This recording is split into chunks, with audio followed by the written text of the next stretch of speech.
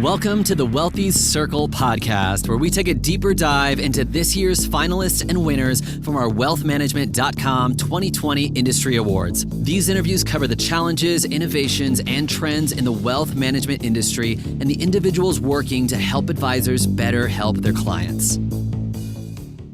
All right. Greetings, everybody. Thanks for listening to us. I'm David Armstrong. I'm the editor of wealthmanagement.com, and this is the Wealthy's podcast, where we speak to finalists and winners of our wealthmanagement.com industry awards.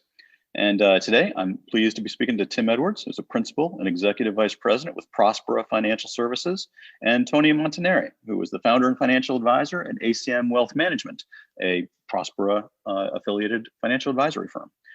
Tim, Tony, thanks for joining us. Yeah, David, thank you for having us. I appreciate it. And how are you, Tim? Where are you dialing in from today? I'm dialing in from our corporate offices in Dallas, Texas. Okay. And Tony, how about yourself? I am calling in from Charlotte, North Carolina. All right. Fantastic. And hope you guys are both staying safe and healthy in this time. Hope everything's going okay. Yeah, doing my best. How are things down there in Dallas, this latest wave? We're talking to you here in almost November, mid-November. How are you doing? How are things going down there with the virus? Well, things are open, and probably what you have read or heard on the news, Texas is open for business, and probably a little more than most states, but things aren't quite back to normal. And I think we're seeing an increase in cases, but I think everybody's wearing masks and doing what they can to do their part. Yeah, for sure. Tony, around the same in North Carolina? Yes, yeah. I would echo what Tim said in terms of what's going on in North Carolina. Still able to go to restaurants and things like that. Masks, definitely required for the most part. And, I think like everywhere, we're seeing cases tick up, but fortunately haven't really had any experience with the virus, in my family or, kind of immediate circle. So that's good. That's good, dear. Yeah, good. So, we're talking to people about the wealthmanagement.com industry awards, and Prospera Financial Services was recognized by our judges in two categories. One for the Fundamental Behaviors Service Program. This is for brokers and dealers with less than 1,000 reps practice management, and also for brokers and dealers less than 1,000 reps technology for the core engine component that you guys built there at the Prospera Financial. So let's start at the beginning. Maybe Tim, first of all, you want to just give us a backup, give us the 30,000 foot view. Tell us a little bit about Prospera Financial Services for those of us who don't know, or for those listeners who don't know. You're an independent broker dealer headquartered in Dallas, Texas. What can you tell us about the history of Prospera? Yeah, so we are an independent broker dealer here in Dallas. We are privately owned. It's myself and two other primary shareholders and several members of our executive team. And the firm started in 1982. And over the years, we actually started as a W-2 and an independent model for the 1099. And my partner, David, and I actually started the first branch office for Prospera back in 1989. And over the years, really over the next 2 years, we grew that branch office to be a substantial part of the firm's overall revenue and assets, and were offered equity. We bought in 92, and from there accumulated more through retirement and other things that took place with the other shareholders, and eventually really took over the management of the firm and putting our thumbprint on it really in about 1998. Mm-hmm. And today we are a 1099 independent firm. We really like to consider ourselves a support organization for the successful independent advisor. And we have 140 advisors, a little over 10 billion in assets. We currently have offices in 26 states and are continuing to continuing to grow and grow through these times that we're in. Sure. That's great. Tony, how about yourself? A little bit of the history of your firm and how you came to find Prospera? You bet. So I've been in the business since 1998, right out of college. And I started on the wirehouse side, like a lot of advisors do before they go the independent route. Spent 5 years with Prudential Securities and then 6 years with Smith Barney. And then was with another small independent firm based out of Charlotte for 3 to 4 years. And just, things really weren't going the way I was hoping they would there. The platform and service just, wasn't up to the standards that I was wanting in my business. And so I actually found Prospera through a third-party recruiter. Okay, great. And how long ago was that? When did you? I've been with the firm now for about 8.5 years. Okay, fantastic. Well, that's great. So it strikes me that one of these things, when you say, looking for a platform that was, up to snuff, what you needed, more and more in the wealth management industry, as advisors kind of move towards independence, regardless of what business channel they're taking, the platform that they affiliate with, whether that be the custodial platform or the broker-dealer platform or whatever it might be, really becomes sort of the key to an advisor's success, right? You got to find the right platform that fits. We hear this a lot. So some of the things that the Prospera was recognized by the advisors for was, in fact, creating that platform. And I want to talk a little bit about the Fundamental Behavior Service Program. And maybe, Tim, you could kick us off. As I understand, this is kind of a service program, so that when advisors like Tony call in and need some assistance from the platform, you have a service staff that's ready to help them. Is that accurate, or how can you help me set it up? Yes, sort of. So our fundamental behavior program, as you called it, really started approximately 5 years ago when the executive team went through the Ritz-Carlton leadership training. And we went up to this training expecting and wanting to see a different way of servicing, and really a service model that would help us increase our levels of service for our clients, the advisors. And really what we walked away with was, it is about service, but it's really about culture. So from that point, we really started to transform our culture. And what we came to learn really is that if you want to change the culture, it starts at the top. It starts with the leadership. So we definitely had to really change some of the ways and things that we were doing, but we were engaged and purposeful in changing that culture. And really what it started off for us, we had what we called service standards. And service standards were basically, we were going to process business within a certain amount of hours, days, or whatever. And those service standards after the training became service values. And for us, service values, it worked and it helped improve the levels of service and employee engagement. But there was something missing. There was something more.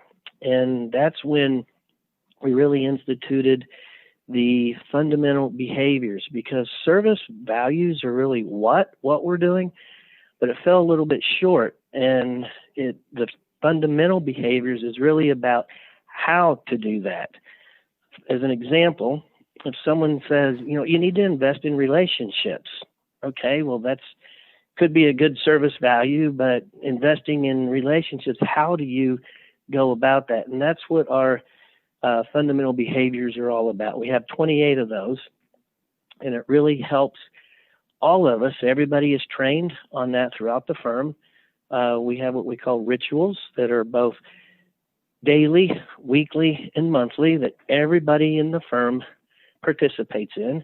And these behaviors are really what you do in just day-to-day interactions with one another and with our clients. And that has really made a difference. And we measure that through the Net Promoter Score.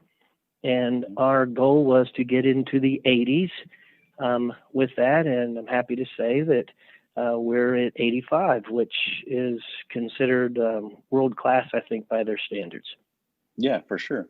And important to note that this Ritz-Carlton program, not just for the hospitality industry, for people who don't know, right? It's about training executives on service standards at any service-oriented company, regardless of the industry, correct?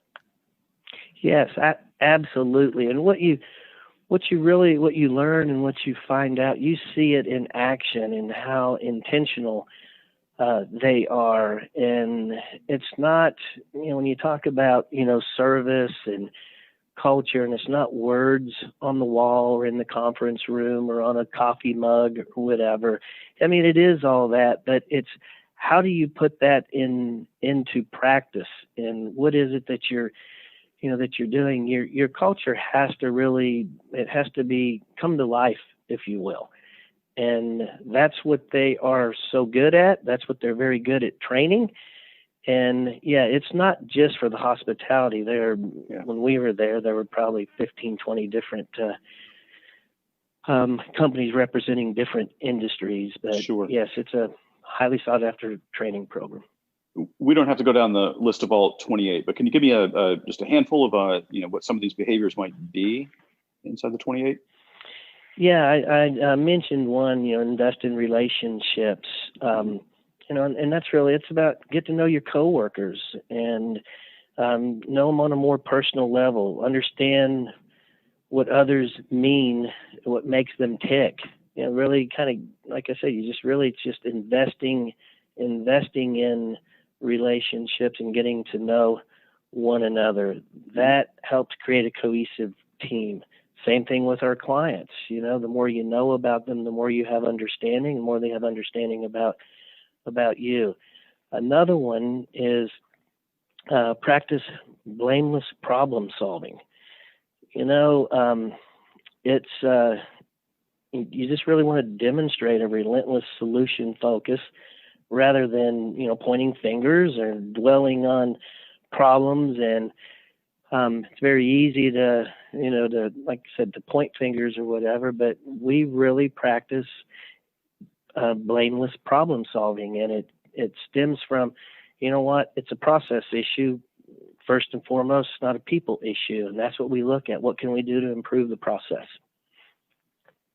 How do you make sure that how many employees do you have in Prospera now? I think you mentioned we have 62 home office. How do you make sure that all those employees are on board? It's easy enough to say, hey, everyone, we want to get to know, everyone that we work with, and we want to get to know our clients, and we want to make sure that we practice blameless problem solving. or nameless. Or nameless, right? We're not naming names. Right. How do you get all 60 plus employees to sign off on what sound like great ideas, but maybe not so easy to actually live out day to day? Yeah, it's a good question. And as I mentioned earlier, we have what we call rituals, and everybody must participate in that. And what they are, every week, every Monday, we have what we have created the Run, the Grow, and the Protect team here at Prospera. And each team will meet on Monday, different times, and we will go over one of these behaviors, and it's consistent in each meeting. We'll go over, have a write-up on that, and what is that particular fundamental, what does it mean to that individual that's leading that huddle? We call it a huddle. Leading that huddle that day, gives an example of it, and from there's conversation about it. That's one thing that we do every week. An email goes out with that fundamental for the week, and there is a quiz that comes out on a Wednesday, and everybody takes that quiz. And I say everybody, myself, my partners, our executive team, principals all the way down. Yes, everybody participates in this, and I think that's what makes it work. And it's so rewarding when you hear conversations, whether it's, and it's been a while since we've heard these in the in the break room or whatever, since most are working remotely. But Sure. all the same, it's rewarding when you hear someone repeating one of the behaviors and not correcting, but saying, you know what, hey, good job. That shows that you're leading by example, or you're taking ownership, or way to make a decision. And by the way, those were all fundamentals that we have. But that's, I believe, what makes it work. We're intentional, we're consistent, and everybody participates, and the whole management and executive team leads by example on that. Got it. That sounds great. Tony, let me ask you, how important, I would imagine it differs for different advisors, but is the service equation when you're affiliating as an advisor with a broker-dealer or a platform? Service, it sounds kind of squishy sometimes and ambiguous. How important is it when you're going into business with these people? It's very important. For the most part, this is a service industry in the sense that most firms offer a lot of the same kind of products and services, and so ease of doing business is very important. It's nice to be able to call the home office and you don't get bounced around. You speak to the same person a lot of the time, and so you have personal relationships with these people, and they get to know me and what my business is like, and what kind of business I typically do. And so, anytime you have that kind of relationship with someone, I really think it's going to improve things all around versus, maybe being at a bigger firm, which is, somewhere I didn't want to be, where, you just call an 800 number and you never speak to the same person twice, and you're just a rep number to them. Right. So you have noticed, have you, the fruits of this program by increased service levels or increased service contentment, I guess, with Prospera in your own relationship? Yeah, I think there's, the thing about Prospera and why I chose them originally was because I joined them before they actually did the Ritz-Carlton and the fundamental behavior program, but they had already kind of been touting how good their service was and personal relationship and culture, and those are things that are hard to quantify when you're looking at different firms, whereas the big firms just want to maybe throw money at you. Sometimes it's harder to get a gauge of what good service is going to be. And so that was part of their story and their sales pitch, early on as far as what made them different. But the thing that's impressed me is that they just continue to try to up their game, and, going through the Ritz-Carlton training and pushing that out throughout the firm. And then these fundamental behaviors. Everyone's just a pleasure to work with. And again, it's just nice to have personal relationships with these people who know who I am. And David, there's something that I wanted to add to that. And Tony, when he was talking about this, it reminded me, our vision is that we aspire to be the gold standard for the boutique independent firms. Mm-hmm. And that gold standard, everybody uses that, and it gets sometimes repeated back to us from our advisors. And that is, well, hey, that wasn't gold standard. Mm-hmm. And we're like, you know what? You're right. That wasn't. And we actually have a feedback loop to where they submit if something wasn't. We do have service standards, right? Where if a new account wasn't opened in a certain number of hours, or some other business that was being processed, or a phone call didn't meet our service standard, mm-hmm. They send an email in. That email goes to every member of the executive team. We meet every Monday morning, and if we get one of those, the department or team that pertained to, that executive that it trees up to, is giving a really giving a outline of this is what happened, this is how it resolved, and this is how it's not going to happen again. So it really creates a accountability both ways, and we appreciate the fact that our advisors are willing and they understand that, look, if we don't get it right the first time, let us know. It won't get fixed. It won't get better if we don't know. Mm-hmm. And, in a smaller firm, you develop relationships with the back office. You know, I don't want to get Bill in trouble or Susie or whatever. Well, we have really passed that with a lot of them because they know that we do want to know. We consider it a gift.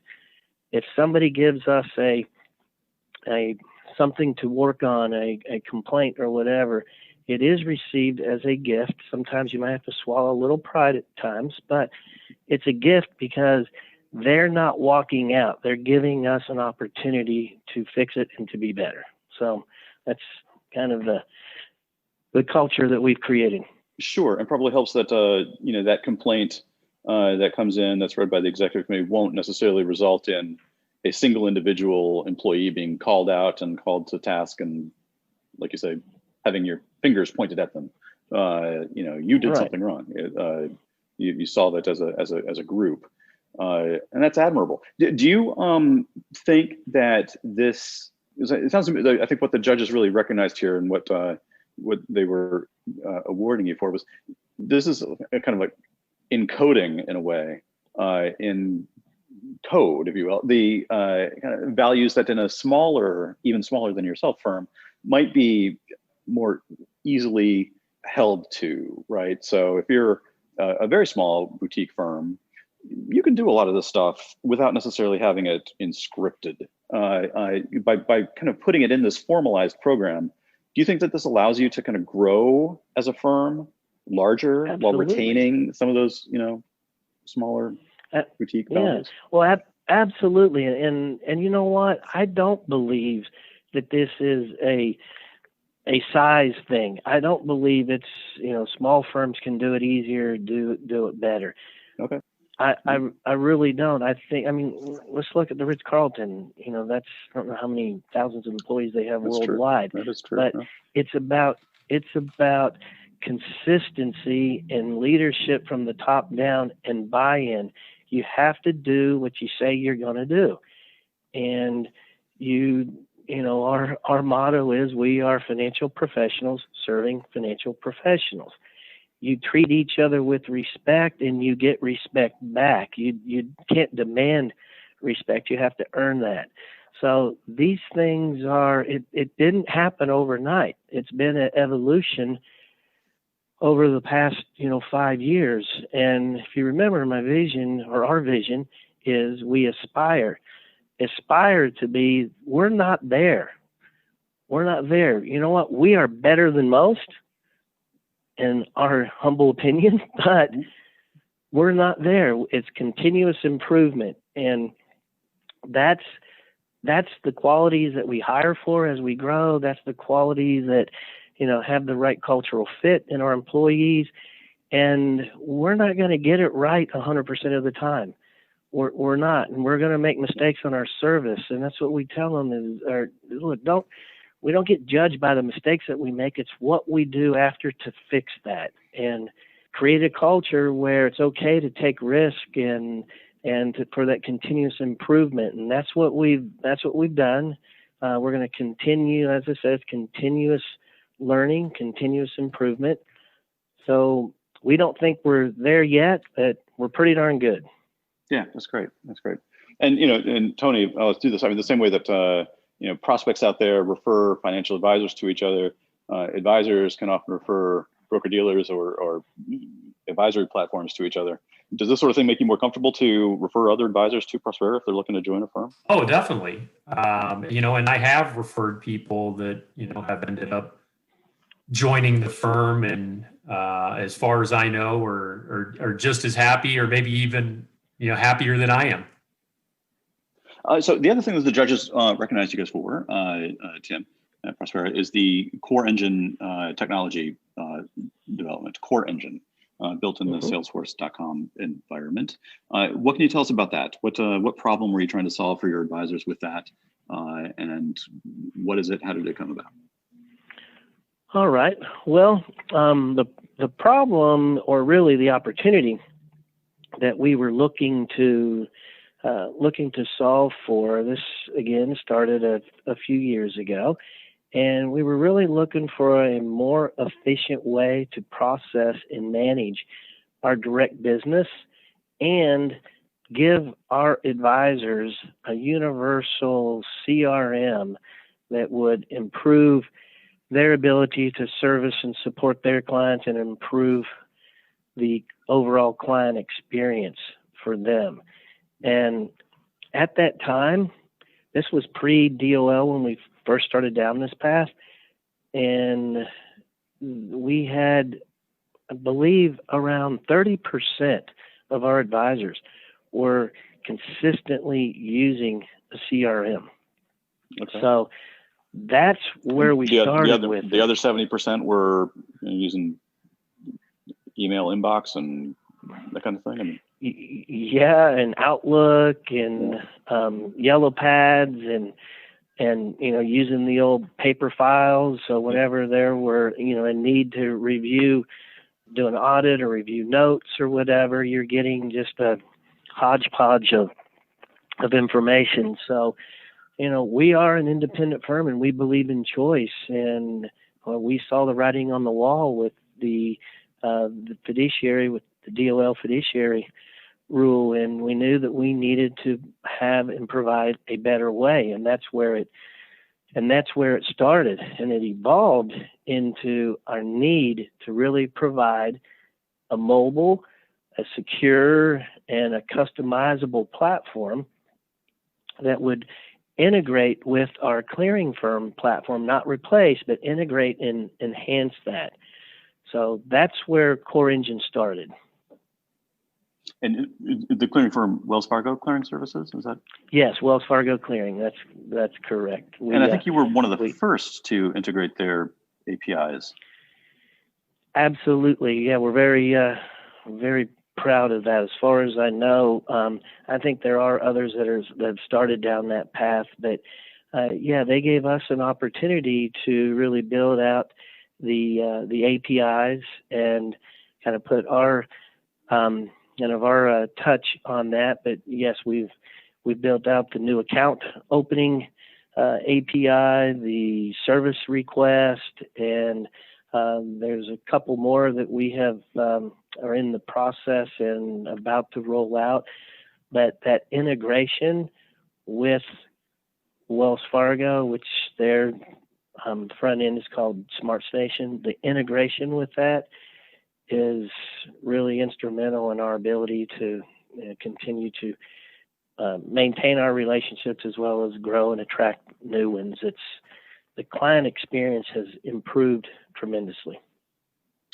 And now, from what I understand, about 90% of your advisors are regularly using this integrated Core Engine platform. David, you did your homework. That is absolutely correct. And this day and age in the environment that we're in, from an advisor perspective, if they're not using a CRM and documenting and taking notes, I don't know how they stay in business, quite honestly. So yeah, it's and the good thing is we have one universal CRM that's built on the Salesforce platform, so it's very customizable, and that has grown into enabling us to offer many other tools that help with the efficiency of the advisor and their ability to run their business, and actually help them grow it, and the protect side of it too, which is the documentation and doing the things that they need to do from a client perspective. But it's evolved from where we first started, and it's grown into really it's a platform. It's an advisor platform that is mobile. And when I was talking to Tara about this and doing this podcast, and she said, "Hey, what about getting an advisor on there and one that uses Core Engine?" And I said, I got the guy in mind, and it's Tony, because I was just going to hold ask. Tony out. Yeah, I hold Tony out at times, and I'm teeing this up for Tony, but I hold him out as that this guy has a business that every advisor would want. He has fewer clients, that controls more assets. He likes to travel, has a couple homes that he goes back and forth to, but he runs his business from his cell phone. Amazing. So, and that's this platform.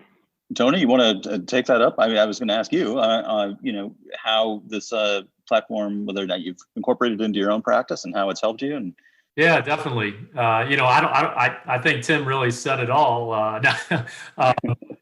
I'm sorry, Tony. In all seriousness, though, I was, one of those, before they rolled out Core Engine, was it 4 years, 5 years ago, 4 years ago, that I was just using Outlook which I don't even know if you can really consider that a CRM. But I think many advisors do, I think. Yeah. I was using Outlook for, taking client notes and so it was okay. I wasn't, necessarily out there seeking something else, but, when they decided to bring out this new technology platform, I was fortunate enough to be one of the beta users. And, as soon as I saw what this was, I was just so excited. It really has simplified a lot of things from the because we're in this age now in the business where, no matter what kind of advice you're giving, it's, document. And so it's just really important that you're documenting the advice and the communication that you're having with your clients. And, one of my favorite parts of Core Engine is that it integrates with Outlook. Sort of as Tim mentioned, I'm on the go kind of a lot, and I'm not necessarily the kind of advisor that just goes into, I actually have 2 offices, one in Charlotte and one in Asheville, North Carolina.